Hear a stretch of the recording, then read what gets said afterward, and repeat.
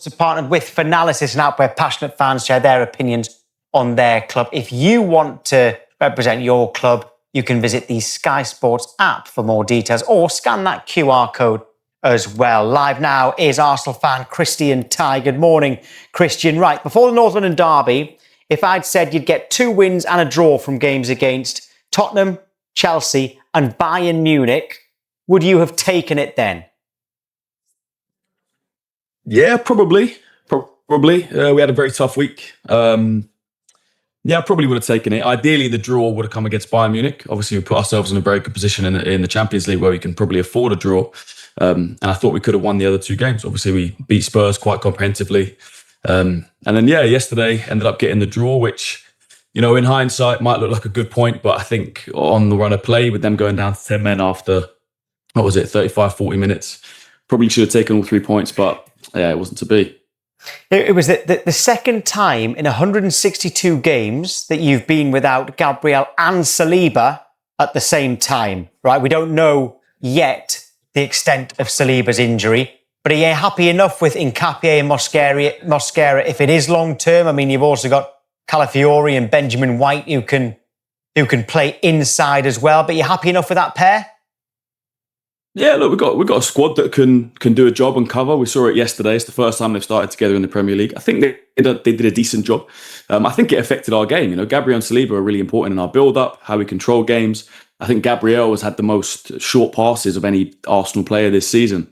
So it definitely affects us. I think losing Trossard, who's probably been our best attacker this season as well, midweek against Bayern Munich, definitely affected us as well. So with those changes going into a massive game like Chelsea, it was going to be tough. I thought we were still competitive in that first half. Before the red card, it was still quite even. They had a big chance through Esteval. We had a big chance through Saka on his right foot. Could have done better. And then, the red cards, changed the game. Got to half-time at 0-0. I'm sure we can talk about the second half. But, we got a squad now. So there's no excuses of, this player was missing. Obviously, it is the truth. I think Arteta touched on it. But no Arsenal fan's going to be like, this is the reason we dropped points. Or we're still unbeaten in 17 games. 14 wins and 3 draws. It's not the end of the world. Christian, I'm glad you said that because now a lot of people, now Arsenal fans as well, but a lot of people are looking at it saying, well, Arsenal have got a squad now. No excuses, no more excuse about people being injured or anything like that. They've built a squad. As I looked at it yesterday, I could tell in your voice and the frustration and how far Arsenal have come to go to Stamford Bridge and not come away with 3 points is frustrating. Yes, again, it was against 10 men. Did you think you did enough to win the game in that second half against the 10, or are you giving credit to Chelsea the way they defended? Yeah, no, we didn't do enough at all. When a team goes down to 10 men, especially with it against this Arsenal team, you assume we're going to be creating chances. Sanchez is going to have loads of saves to make. Credit to Chelsea. Honestly, I think they're definitely in this. I said it last week. I said they're in this title race. And I think after watching them closely yesterday, they got so much quality. Reece James was the best player on the pitch. They defended well. They were still a threat on the counter. I've seen people going a little bit too far and saying that, they were so much better than Arsenal. And if they had 11 men, and they had 11 men for pretty much the whole of the first half. Caicedo got sent off in the 38th. Before that, like I said, it was competitive. It wasn't just one team in that game. And they didn't really create much in that second half. They got the set piece, fair play score from it. Ironic because people call Arsenal set piece FC. But it's part of the game. And then after that, we got the goal back. Mourinho had a chance on his left foot, a couple other small chances. And then if Timber doesn't take it off Gyökeres's head in literally the last second of the game, we maybe snatch a winner, which wouldn't have been deserved. I don't think it would. I think a draw on the run of it was probably the fair point. But disappointed as an Arsenal fan because when they go down to 10 men, you've got to take all 3. Are you more worried about Chelsea or Man City? I'm not worried about anyone. I think if we do our job and play how we've been playing, like I said, unbeaten in the last 17. It's not like we're on a losing streak now. I think at Arsenal, because of what's happened in recent years, a result like this, or, when you're expected to win, the critics come out and they start talking and the noise gets loud, but we're still in a very good place. Regroup. We've got Brentford on Wednesday and then Villa away after that. Just go again and play how we've been playing. And Christian, I don't think Arsenal can fear anybody now. They're in pole position. They've got the squad. They've got everything set up to go and win the Premier League. Yes, it's still early. I totally understand that. But now everything's in the right place for them to push on and go and win. And the moment they start worrying about other teams, then then that becomes a problem. I feel like that happened a couple of years ago when Man City was chasing, started worrying. Yes, didn't have the squad depth, but started worrying, and City went and took over and won the league. Got the players in the box that can make those connections, but it's always important when we talk about how many set piece goals teams score, but I think having players who can deliver crosses like that time and time again, that is also a unique skill set. Not every team has someone who can deliver a ball right to a player and consistently do it. The repetitions that these guys are putting out, the output in terms of, we're going to put it in this zone and it goes into that zone, and it's evolving. And I think specialists, we talk about long throw specialists, Liam Delap's dad was one of them. Now we're seeing set piece specialists, specifically corner guys, and it's like we're seeing a lot more assists, less in open play and more from set pieces now. But a detailed team like Arsenal would be devastated to concede in that manner by the same token. It will just show the fact he wants Saliba and Gabriel back as quick as possible, because I felt throughout the whole game, it's probably the most vulnerable Arsenal were.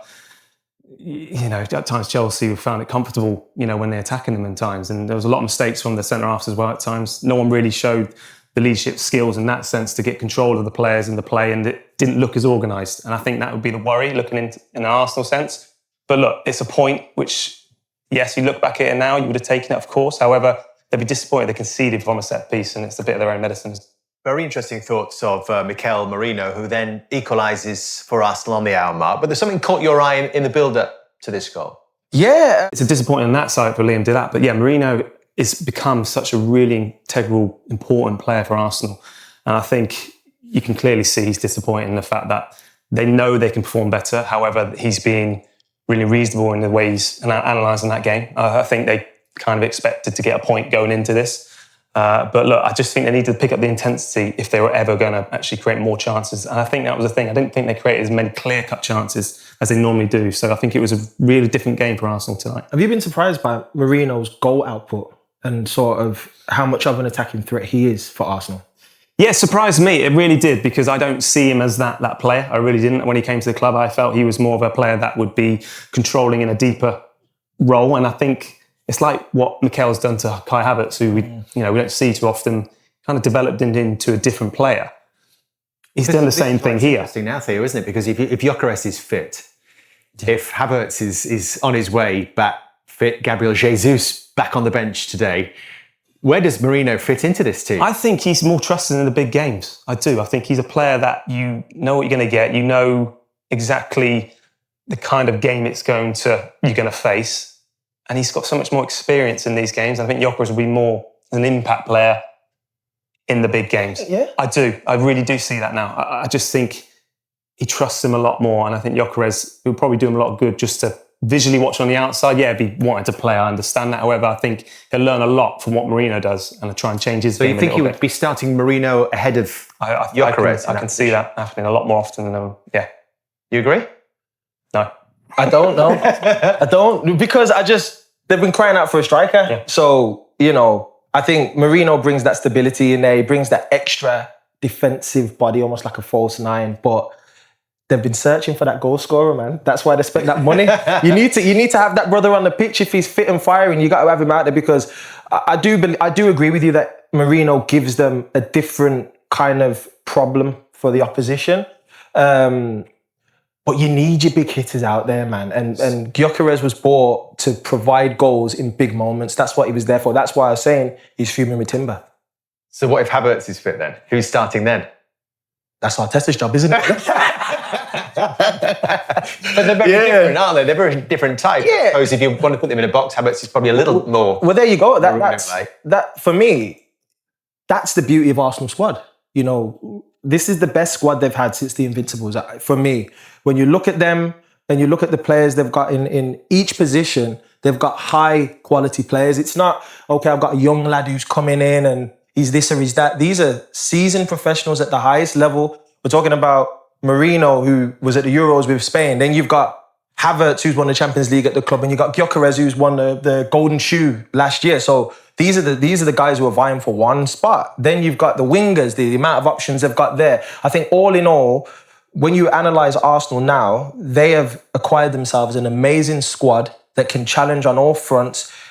They are probably, when you analyse other teams, they're looking at Arsenal as the standard now and going, I don't think that's happened in the last maybe 15 or 20 years. Theo, you could correct me if I'm wrong as a former Arsenal player. But to me, when I look at them, I think the expectation is that they are the standard and they're being hunted now. The expectation of them winning the Premier League is probably a collective sort of feeling, which is again probably the first time